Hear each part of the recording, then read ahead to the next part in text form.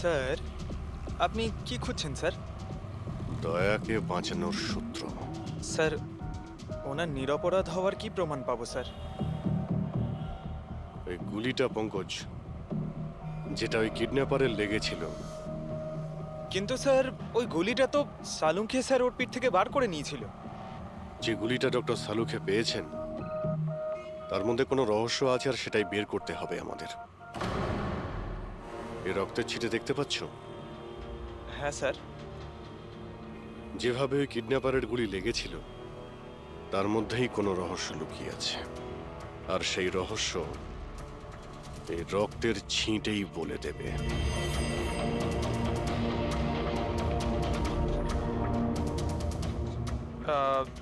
Sir, রক্তের ফোঁটা কি করে স্যার?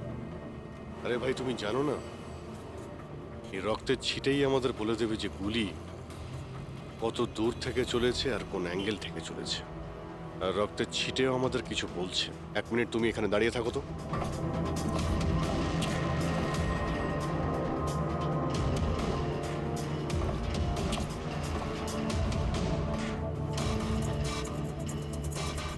পঙ্কজ, তুমি একটু নিচু হও তো।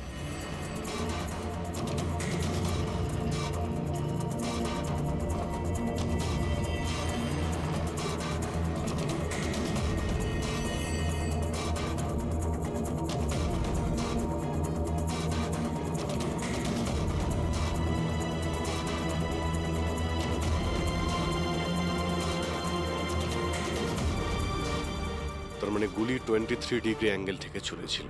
পঙ্কজ, ওই দিন ওই কিডন্যাপারের উপর একটা নয়, 2টো গুলি চলেছিল। একটা দয়ার বন্দুক থেকে, আর একটা অন্য কারো বন্দুক থেকে।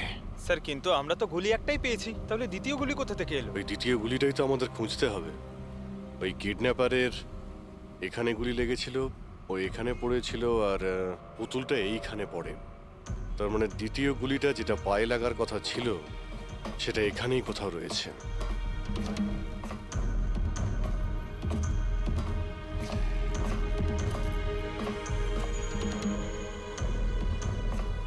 পঙ্কজ, তুমি একটা কাজ করো, আমি ওই দ্বিতীয় গুলিটা খুঁজছি, ততক্ষণ তুমি খোঁজ নিয়ে দেখো যে ওই দিন যে গুলিটা চলেছিল, সেদিন এই কন্টেনার ইয়ার্ডে কেউ এসেছিল ঠিক কিনা। আছে স্যার।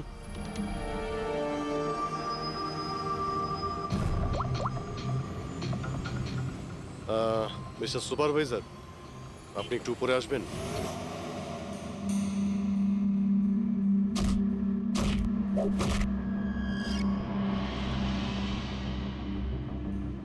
এটাকে হোল্ড কর। এইভাবে মারতে হয় পাঞ্চ। বেরো। নমস্কার। নমস্কার। হ্যাঁ, তো বলুন, বলুন কি কাজ? কিছু জানার ছিল। যদি না দিই? কিভাবে আদায় করতে হয় আমরা জানি সেটা।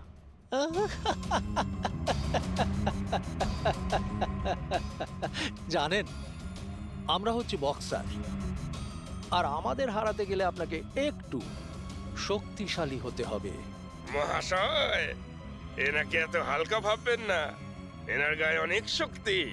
আপনার মতন 4-4টে পালোয়ানকে এক তুড়িতে উড়িয়ে দিতে পারেন না। ব্যাস, একটা পাঞ্চ, একটা পাঞ্চে এই মেয়েটা পুরো ধরাশায়ী হয়ে যাবে। সেটা তো পাঞ্চ মেরেই বোঝা যাবে, তাই না? যদি সাহস থাকে ময়দানে এসো। আমার ময়দানে যাবার কোনো দরকার নেই। তোমার জন্য আমার যে কোনো ছেলে যথেষ্ট। আর যদি তুমি জিতে যাও, তুমি যা জানতে চাইছো আমি তোমাকে বলে দেব।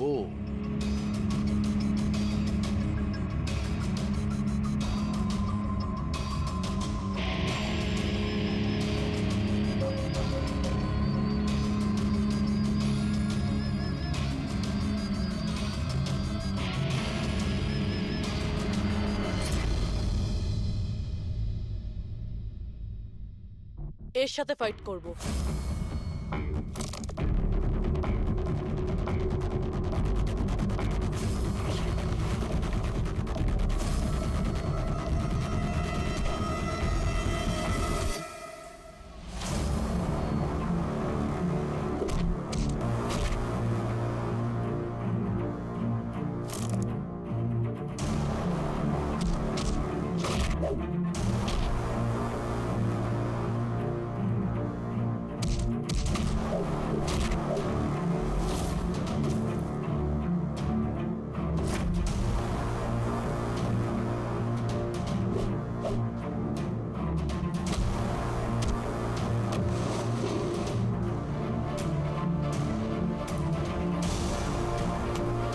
দেখলেন?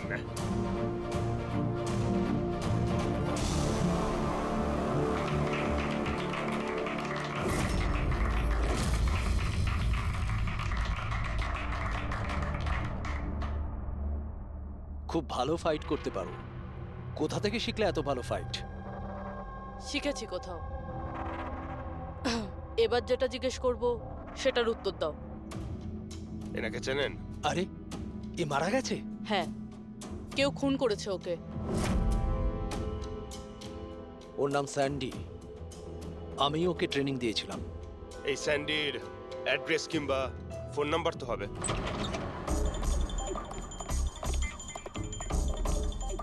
ঘরটায় খুব ভালো করে খুঁজে দেখো, আনাচে কানাচে ভালো করে দেখো যেখানে বাচ্চাটাকে লুকিয়ে রাখতে পারে।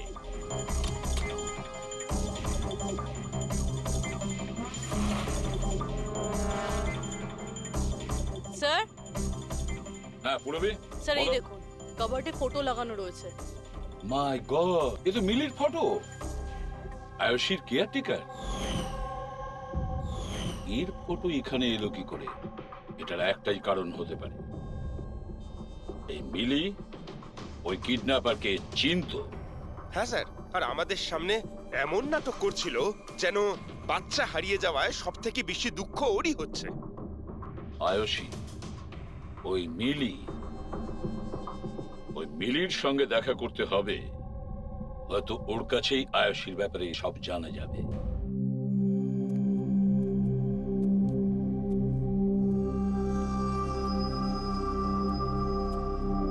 সুরাজ,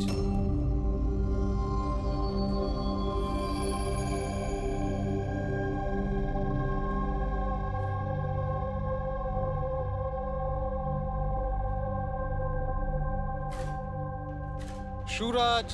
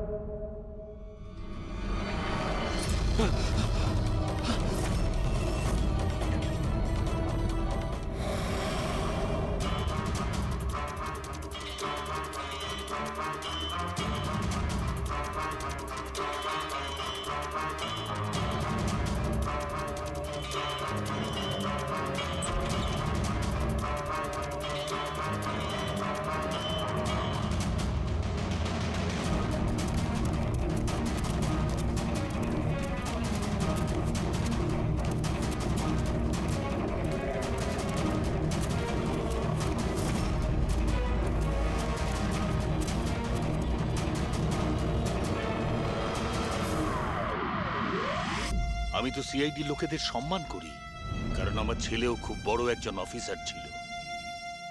ওকে 26শে নভেম্বর গুলি করে মেরেছে। ওর মা ডিপ্রেশনে চলে যায়। ওকে কিছুতেই বোঝাতে পারছিলাম না যে ওর ছেলে আর এ জগতে নেই। সেই শোকে ও দুবার আত্মহত্যা করার চেষ্টা করেছিল, কিন্তু তৃতীয়বার ওকে আর আমিও বাঁচাতে পারিনি।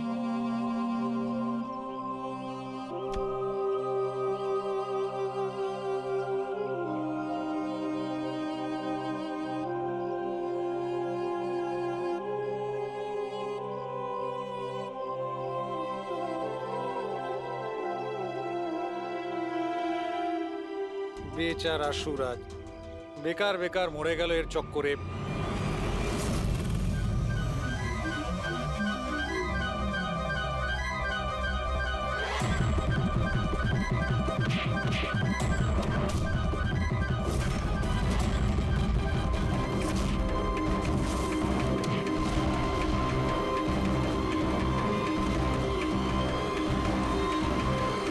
স্যার, আমার মেয়ের ব্যাপারে কোনো খবর পাওয়া গেল?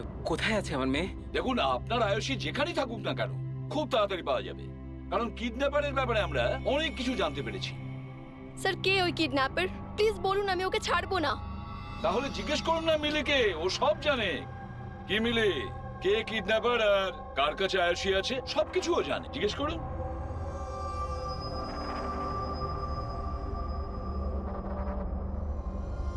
স্যান্ডিকে তো চেনো তুমি।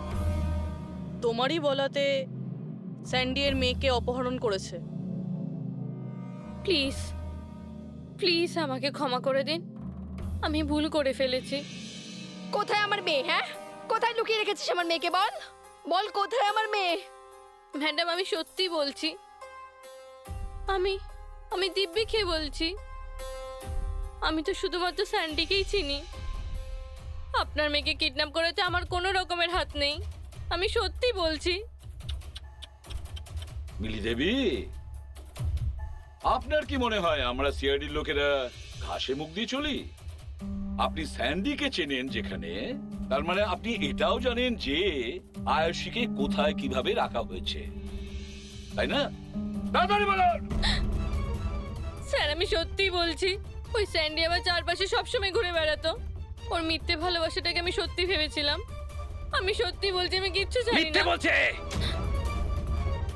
আরে কিছু তো জানেন আপনি, বাচ্চাটাকে কোথায় লুকিয়ে রাখতে পারে ওরা? আমি কিচ্ছু জানি না, আমি কিচ্ছু বলতে পারবো না। স্যার, ওই দিন থেকে আজ পর্যন্ত একটাও কন্টেনার বাইরে কোথাও যায়নি, কিন্তু স্যার এই এরিয়ার মধ্যেই আমরা কন্টেনারগুলো এদিক থেকে ওদিক করেছি। আচ্ছা একটা কথা বলো, এই যে এই এরিয়াতে যতগুলো কন্টেনার আছে এই পর্যন্ত, এইগুলো কি এদিক ওদিক করা হয়েছিল? হতে পারে স্যার। আচ্ছা এই কন্টেনারগুলো যখন নিয়ে গিয়েছিলে, কোথায় নিয়ে গেছো, কোথায় রেখেছো মনে আছে? স্যার সেভাবে তো মনে নেই, কিন্তু এই এরিয়ার মধ্যে কন্টেনারগুলো এদিক থেকে ওদিক করেছিলাম। আপনি চাইলে চেক করে নিতে পারেন। চেক তো করতেই হবে।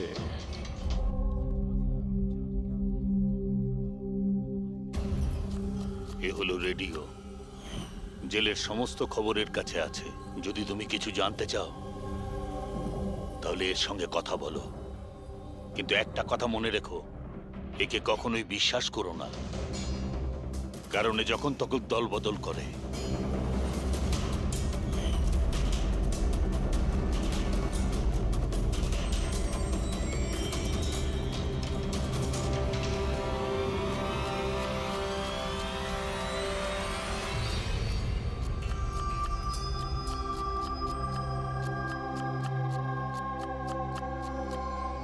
কোনো সাহায্য করব ভাই? পেঁয়াজ কাটো। কাটতে পারো তো নাকি? হ্যাঁ হ্যাঁ, কাটছি তাহলে কাটছি। কাটো।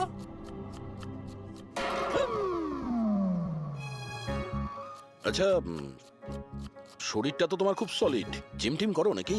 হ্যাঁ হ্যাঁ, আগে তো জিমে যেতাম, কিন্তু এখন আর যাওয়া হয় না। ভালো হয়েছে ছেড়ে দিয়েছো। নাম কি তোমার? আমার নাম হলো রেডিও। রেডিও?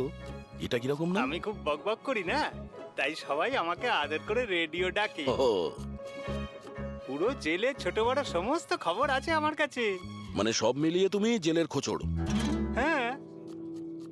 আচ্ছা খোঁচড় বাবু, এটা বলো যে সুরজকে কে মেরেছে?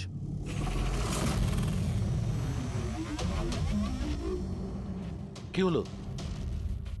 তুমি তো এই জেলের সব থেকে বড় খোঁচড়, এটাও জানো না? হ্যাঁ, রেডিও নাম আমার। হাহ। চলো এটা বলো যে প্রমোদকে কে মেরেছে? জানো না? আরে কি ধরনের খোঁচড় তুমি ভাই, ছিঁচকে একদম। কিসের খোঁচড় তুমি? হ্যাঁ, আরে বাবা এটা তো জানো যে প্রমোদ যখন খুন হয়েছিল তখন ও কি কাজ করছিল? ও তো জানি ঝুড়ি বানাতো। ঝুড়ি বানাতো? হ্যাঁ। আর এই ঝুড়ি বানানোর কাজে ওর সঙ্গে কে কে ছিল বলো? বলরাজ, সানি, সুরজ আর কল্পেশ। সুরাজও ছিল? হ্যাঁ। এই সানি, কল্পেশ আর বলরাজ এই সময় জেলে কি কাজ করছে? এই লোকগুলো ওই যে ফার্নিচার তার কারখানায় কাজ করে। হ্যাঁ, তুমি কি ওদের সাথে দেখা করবে? হ্যাঁ চলো দেখা করি। এই চলো চলো, তাড়াতাড়ি হাত চালাও, এখন অনেক রান্না বাকি আছে। হ্যাঁ করছি তো, এই তো তখন থেকে বিরক্ত করছে আমায়। আমি কোনো উপায় বার করছি।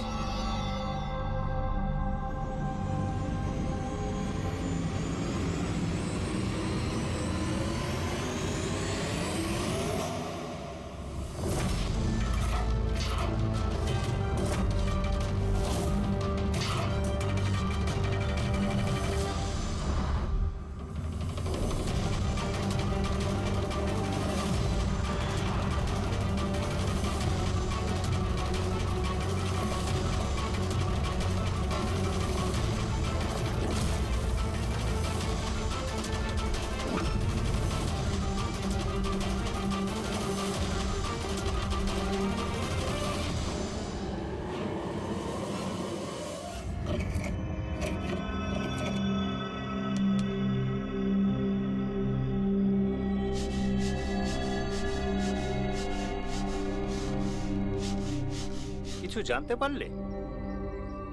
কে মেরেছে সুরাজ আর প্রমোদকে? তোমার জিজ্ঞাসা করার ধরন দেখে তো মনে হচ্ছে তুমি জানো কে সে, যে ওদের দুজনকে মেরেছে। হ্যাঁ, কারা ওরা? হিতেন আর আকাশ।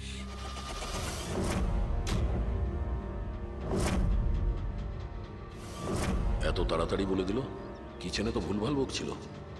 নিশ্চয়ই কোনো গন্ডগোল আছে এই রেডিওর। সকালে আমি যখন তোমাকে জিজ্ঞাসা করলাম তখন তুমি আমায় কেন বলোনি? রহস্যের ব্যাপার এত তাড়াতাড়ি বলতে নেই। আর আমার তো এটাও জানা আছে যে ওই শক্তিশালী লোকটা আসলে কে, যাকে ওই দুজন মারার কথা আলোচনা করছে। যেটা প্রমোদ শুনেছিল। হুম, কে সেই ক্ষমতাবান লোকটা? শুনে কিন্তু রেগে যেও না। হুম। তোমাকেই মারার প্ল্যান করছে ওরা। আমাকে? হুম।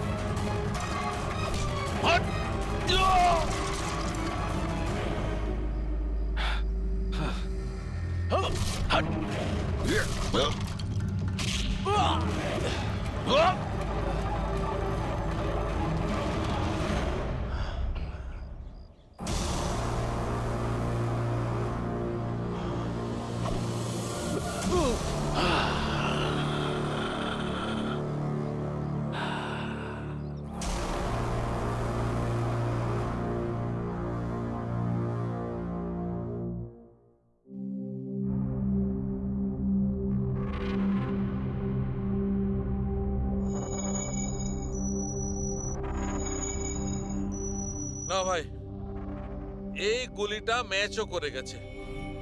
মানে? মানেটা এই অভিজিৎ, এই গুলিটাও দয়ার বন্দুক থেকেই ছোড়া হয়েছে। আপনি তো অদ্ভুত কথা বলছেন। দয়া গুলি একটাই চালিয়েছিল আর বুলেট পাওয়া গেল দুটো। তাহলে এই দয়া স্যারের দ্বিতীয় গুলি কিভাবে এলো, যেটা কিডন্যাপারের লেগেছে? অভিজিৎ, দয়াকে কেউ ফাঁসাতে চাইছে। হ্যাঁ স্যার, এই কন্টেনার ইয়ার্ডে আমি নিজে দেখেছি। একটা কন্টেনারে গর্ত ছিল, তার মধ্যে বুলেটের শেলও পেয়েছি। ওখানেই বসে কেউ কিডন্যাপারকে গুলি করেছিল। কিন্তু তোমরা কি করে বলতে পারো যে গুলি অন্য কেউ চালিয়েছে? রক্তের দাগ থেকে যেভাবে রক্তের ছিটে ওখানে পড়েছিল তাতে এটা পরিষ্কার যে দয়া গুলি চালায়নি, বরং দয়ার অ্যাঙ্গেল থেকেই কেউ অন্য অ্যাঙ্গেল থেকে গুলি চালিয়েছিল, হয়তো 23 ডিগ্রি অ্যাঙ্গেল থেকে। আর সেটা কে হতে পারে খোঁজ নিয়ে দেখতে হবে। কে এসেছিল ওখানে সেটা জানার জন্যই আমি পঙ্কজকে পাঠিয়েছি, কিন্তু এখনো অব্দিও এলো না, আর ওর ফোনটাও বন্ধ রয়েছে। হ্যাঁ বলুন। হোয়াট? কি? এসব হলো কি করে? তোমরা ওখানে ছিলে না? কি হয়েছে স্যার? দয়াকে কেউ আঘাত করেছে, ছুরি পর্যন্ত মেরেছে। হোয়াট? ওকে হসপিটালে অ্যাডমিট করা হয়েছে। তাহলে চলুন স্যার। না অভিজিৎ, জিলা সাহেব বলেছেন যে ওখানে যেন আমরা না যাই। দয়ার জ্ঞান ফেরেনি, তবুও স্টেবল আছে। যেই ওর জ্ঞান ফিরবে ওরা আমাকে ইনফর্ম করবে।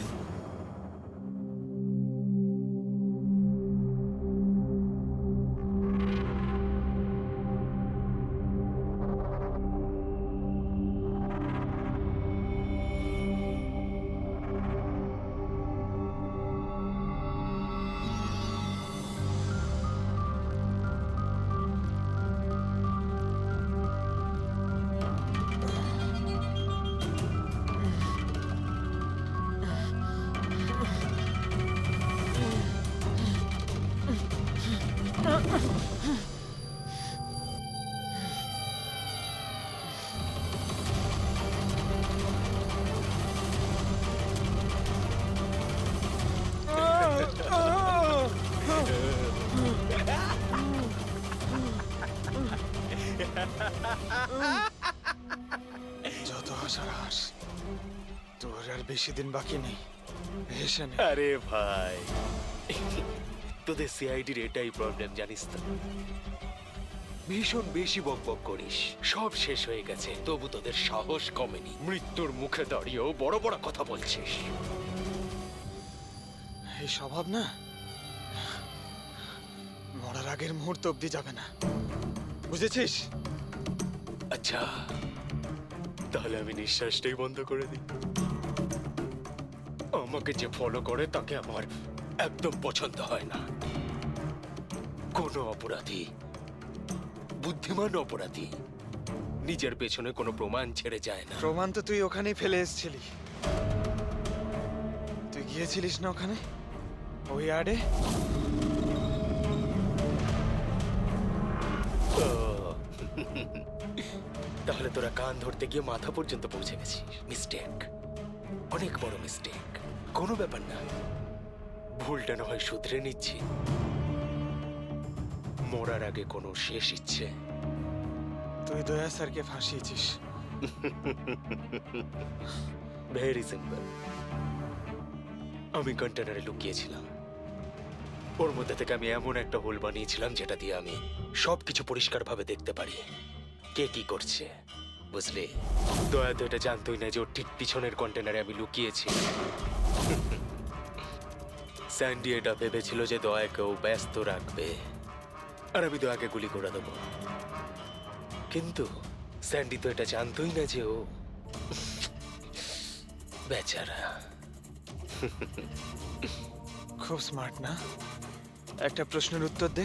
চল বল বল। আরে জিজ্ঞেস কর, শুরু কর। দয়া স্যারের বুলেট কোথা থেকে পেলি তুই? খুবই সহজ ছিল। ফায়ারিং রেঞ্জ থেকে আমরা একটা বুলেট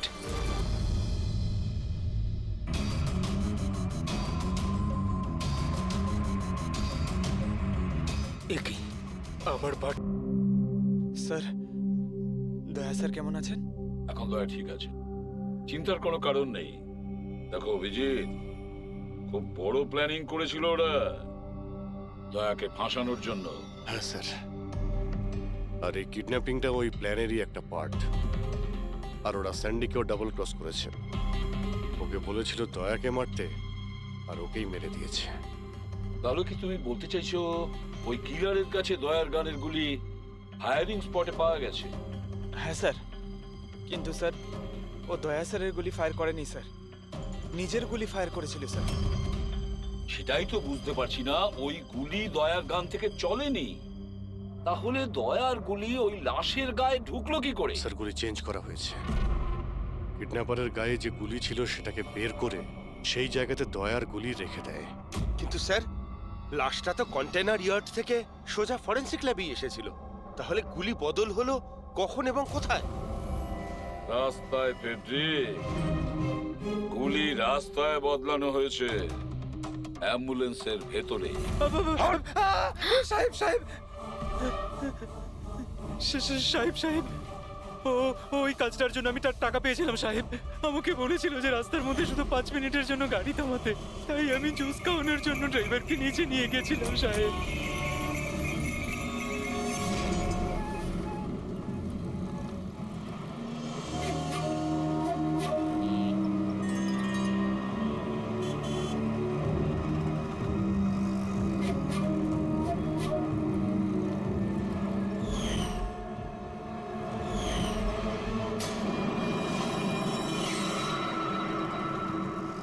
মিলি কোথায়?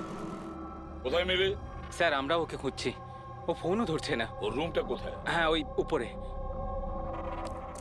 কিন্তু অফিসার হয়েছেটা কি? মিলি সবাইকে বোকা বানিয়েছে। ও স্যান্ডিকে কোনোদিন ভালোই বাসেনি, বরং এই পুরো কিডন্যাপিং এর পিছনে ওরই হাত আছে।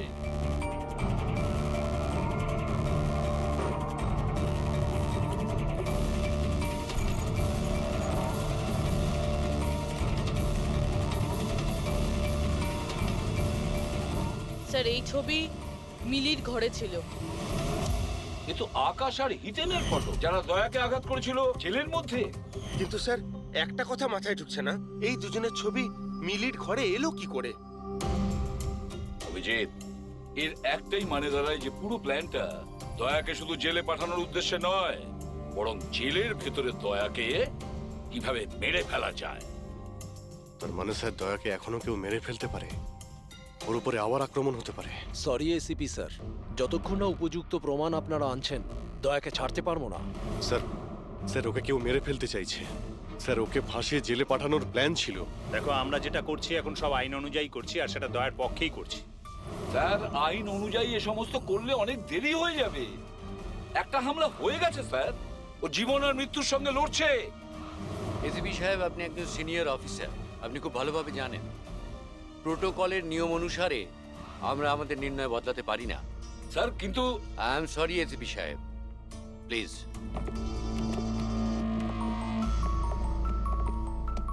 স্যার হ্যাঁ স্যার স্যার মিলির ফোন বন্ধ আসছে। ও কোথায় আছে কি করছে কেউ জানে না, কিন্তু আমরা শহর থেকে বাইরে যাওয়ার সমস্ত রাস্তা ওর জন্য বন্ধ করে দিয়েছি। স্যার যা করার তাড়াতাড়ি করতে হবে। একবার ওকে অ্যাটাক করেছে, এবার কিন্তু ওকে মেরেই ফেলবে ওরা। তাহলে অভিজিৎ, আমরা সেটাই করব যেটা আমরা নিজেদের জন্য করি।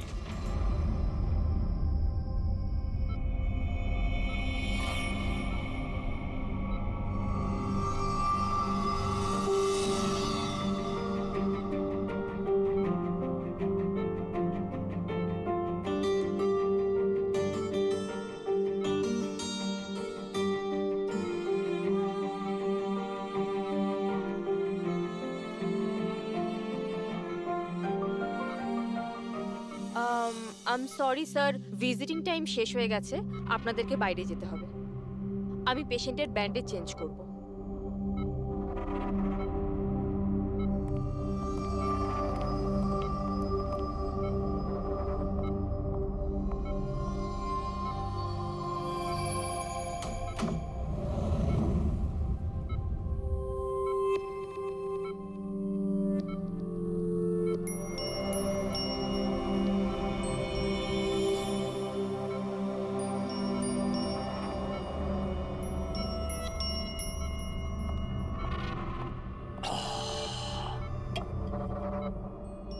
এই পাহাড়, এই ঝর্ণা, এই পাতা আর প্রজাপতি।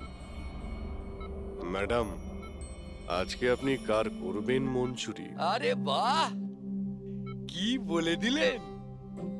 বাহ, দারুণ দারুণ। ধন্যবাদ দাদা, ধন্যবাদ।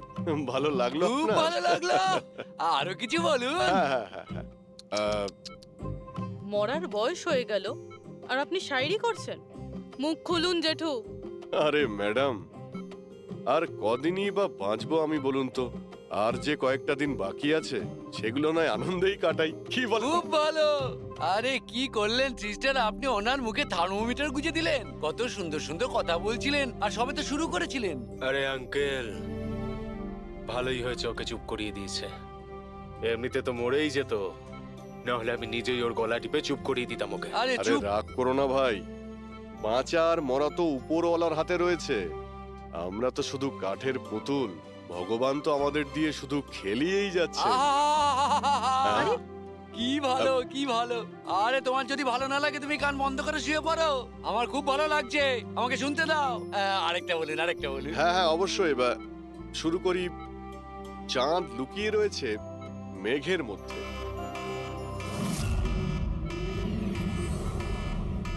এই পালাও পালাও, তাড়াতাড়ি পালাও, তাড়াতাড়ি পালাও সবাই, হসপিটালে আগুন লেগে গেছে, তাড়াতাড়ি পালাও, তাড়াতাড়ি তাড়াতাড়ি।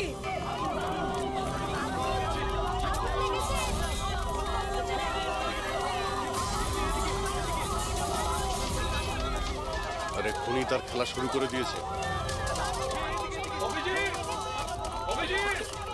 হ্যাঁ স্যার। ওরা তোর রুমে আগুন লাগিয়েছে। স্যার এগুলো ইচ্ছে করেই করেছে। আমি শালুকাকে মেন গেটে দাঁড় করিয়ে দিয়েছি, ব্যাক গেটেও কাউকে দরকার। পুরবি তুমি এখনই পিছনের গেটে যাও।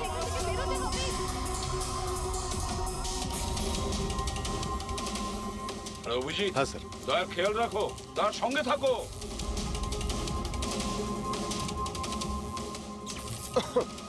এই কে তুমি? কোথায় আসছো? আসলে কি আমি কি কি এদিকে কি? না আসলে আগুন লেগেছে না, তাই ভাবলাম যে এদিক দিয়ে রাস্তা এদিকে আছে। কোনো রাস্তা নেই, যাও নিচে যাও, চলো নিচে যাও। ওকে।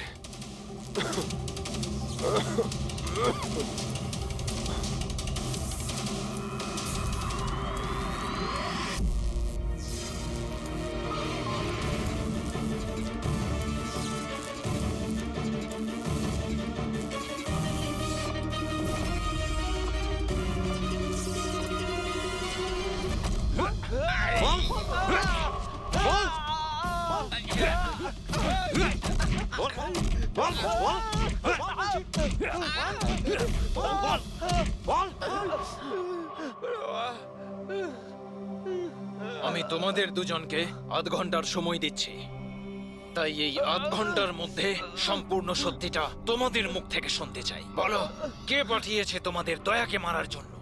বলো। সাহেব, আধ ঘন্টা দিন বা পুরো দিন দিয়ে দিন, কিন্তু এখান থেকে কিচ্ছু বেরোবে না। কিন্তু ওকে মারার জন্য তো আমাদের বলা হয়েছিল। এমনটা নয় তো, এদেরও দয়াকে মারার জন্য টাকা দেওয়া হয়েছে। আমরা আমাদের বাকি টাকাটা পেয়ে যাব তো? মনে হচ্ছে কোনো ষড়যন্ত্র। খোঁজ নিতে হবে। তাহলে কি বলছিস কাঁকড়া? আমাদের আসল উদ্দেশ্যটা তাহলে এবার বলে দেওয়া যাক জেলার সাহেবকে। এই মাথা খারাপ হয়ে গেছে নাকি তোর? জেলারকে যদি বলে দিই তাহলে পুরো প্ল্যানই ফেল হয়ে যাবে। আচ্ছা, তাহলে হিতেন আর আকাশের মৃত্যু তো এবার শুধু সময়ের অপেক্ষা, আর বাঁচবে না। দাঁড়া, আরে বাবা রে। তোমরা কারা? আমাদের মারবি? তোরা জানিস আমরা কে আর কি করতে পারি?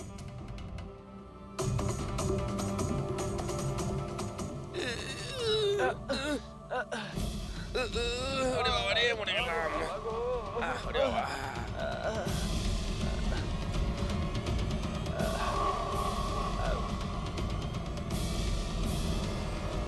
তোর নাম আকাশ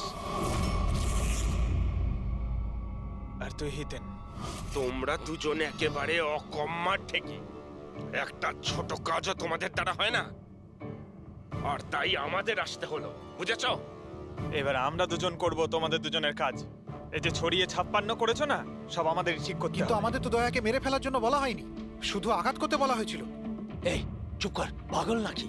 কি বলছিস কি? হ্যাঁ, আরে সত্যি তো বলছি। ওদের বলছিস কেন? আরে একই কাজ আমাদেরকেও দিয়েছে, এদেরকেও দিয়েছে। টাকা তো দিয়েছে। হ্যাঁ, আর যদি আমরা বাকি টাকাটা না পাই তাহলে? কি টাকা দেবে না? আমি কি ছেড়ে দেবো? কিন্তু এদের বলছিস কেন?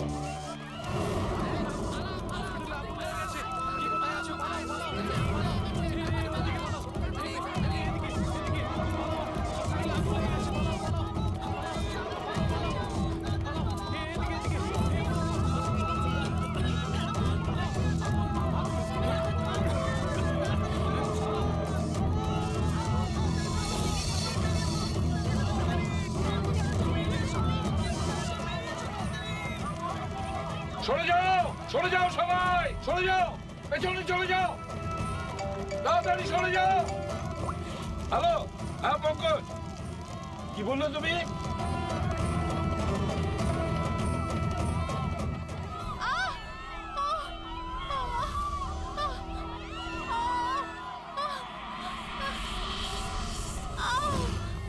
কি হলো? কেউ ধাক্কা দিয়ে ফেলে দিয়েছে। আচ্ছা, আঘাত পেয়েছি, হাঁটতে উঠুন পারছি না। তাড়াতাড়ি আসুন।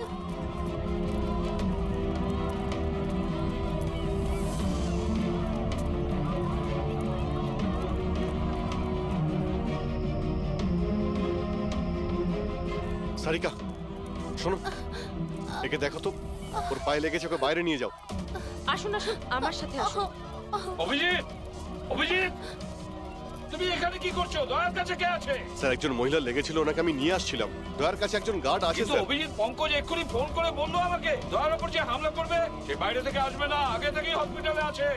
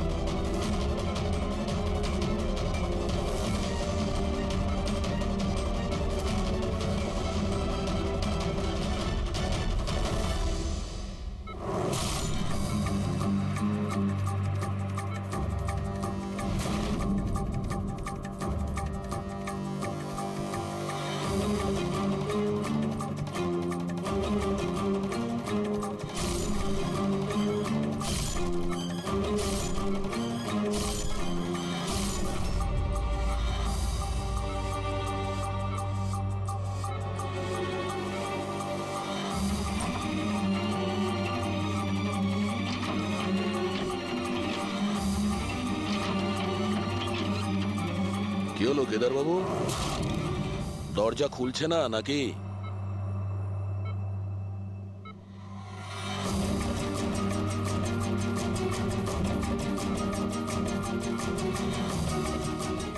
তুমি ছুরিটা খুব ভালো চালাও, কিন্তু আফসোস এই শিল্পটা আজ কাজে লাগলো না।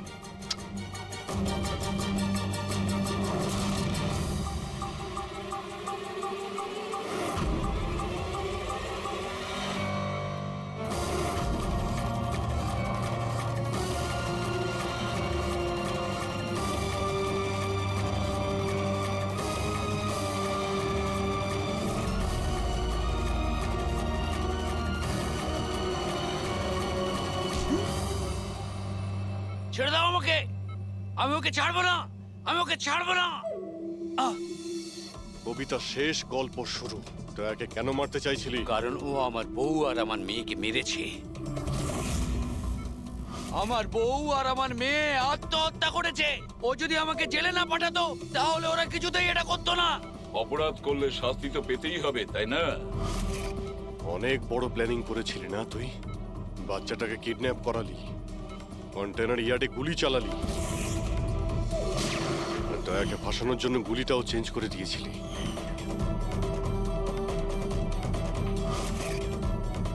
ওই বাচ্চাটা কোথায়? ওই বাচ্চাটা কোথায় যাকে তুমি কিডন্যাপ আছে করেছো? কোনো আপনজনের কাছে। কে হয় তোমার সেই আপনজন? বলবো না। যদি আমার সেই আপনজন জানতে পেরে যায় যে আমাদের প্ল্যান ফেল করে গেছে তাহলে ও বাচ্চাটাকে মেরে ফেলবে। আর যদি ওই বাচ্চাটার কিছু হয় না?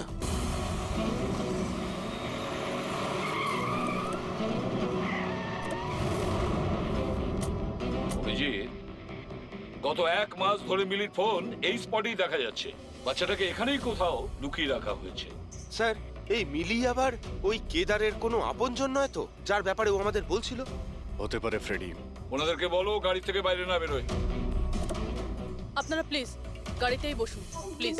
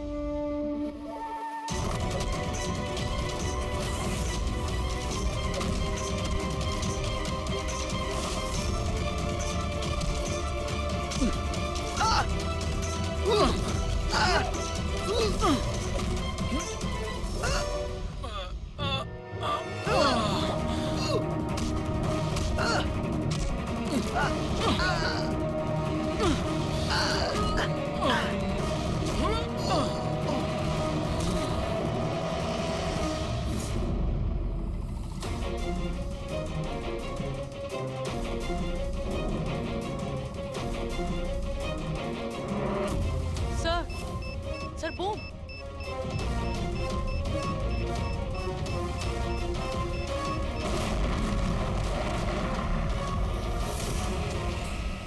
মিলি দাও, মিলি পালাবে না। বাচ্চাটাকে, বাচ্চা পড়ে যাবে। বাচ্চাটাকে আমাদের দিয়ে দাও। আমাকে বাধা দিও না, আমি বলছি আমাকে যেতে দাও, না হলে আমি এই বাচ্চাটাকে ফেলে দেবো। দেখো তুমি যা করছো খুব ভুল করছো। ঠিক আছে, আমি এরকম কিচ্ছু করব না। আপনারা আপনাদের গান নিচে রাখুন। ঠিক আছে।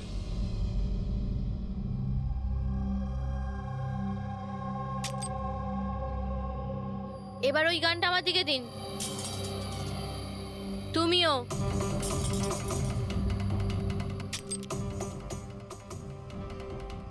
আমি জানি তুমি কেদারের মেয়ে, আর এই সব কিছু তুমি তোমার বাবার জন্য করছো।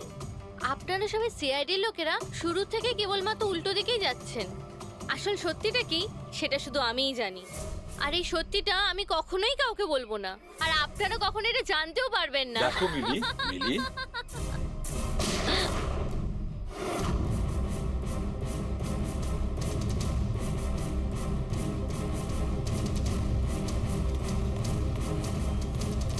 আমার মেয়ে, আমার এটা কি করলে তুমি? ওকে গুলি করলে? এ আমার মেয়েকে মেরে ফেলতো, আমি কি আর করতাম? আরে পায়ে গুলি করতে পারতে। শুধু ওই ছিল যে দয়াকে নিরপরাধ প্রমাণ করতে পারতো, আর তুমি ওকে মেরে ফেললে।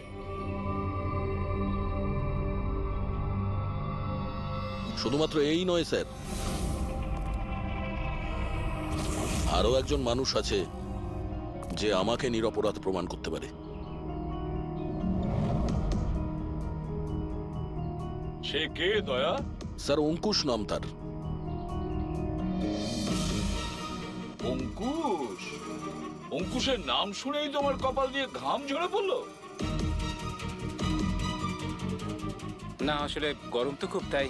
গরমের জন্য না, অঙ্কুশ নামটা শোনার পরে গরম লেগে গেল। কি উল্টোপাল্টা বলছেন আপনি? অঙ্কুশ ওরফে জিগর, আর তুমি কেদারের ছেলে।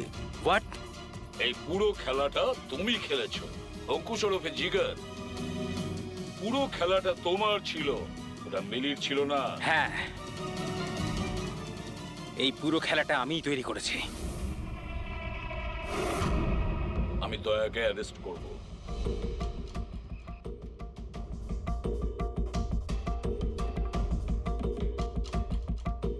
মিলিকে বলে আমি রাকাকেও আমার রাস্তা থেকে সরিয়ে দিয়েছিলাম, যাতে আমার কথা কেউ কোনোদিন জানতেই না পারে। আর আমি হলাম অঙ্কুশ, কেদার হলো আমার বাবা। আর আপনারা সবাই ভালো পুলিশের মতো আমাকে এখান থেকে যেতে দেবেন, কারণ যদি আপনারা আমার সাথে কোঅপারেট না করেন তাহলে না না। কেমন বাবা তুমি? প্রতিশোধ নেওয়ার জন্য নিজের বাচ্চাটাকে মেরে ফেলবে, নিজের পরিবারকে ধ্বংস করবে? এরা আমার পরিবারের কেউ নয়, এরা সবাই অ্যাক্টর। এ আমার বউও নয়, এ আমার বাচ্চাও নয়। দুবাই থেকে আসার পরে 6 মাস লেগেছিল আমার এই পরিবার তৈরি করতে, কারণ আমার আসল পরিবারকে পুরো পৃথিবীর সামনে মেরে ফেলেছে এই দয়া। আমার মাকে, আমার বোনকে, আমার বাবাকে জেলে পাঠিয়ে দিয়েছে। তোমার শত্রুতা আমার সঙ্গে, তোমার বদলা নিতে হলে আমার সঙ্গে নাও। গুড বাই দয়া।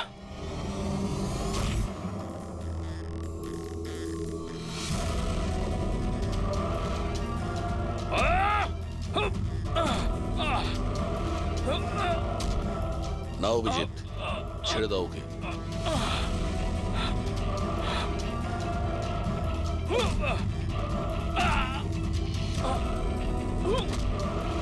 আইনের হাত শুধু লম্বা নয়, শক্তিশালীও হয়।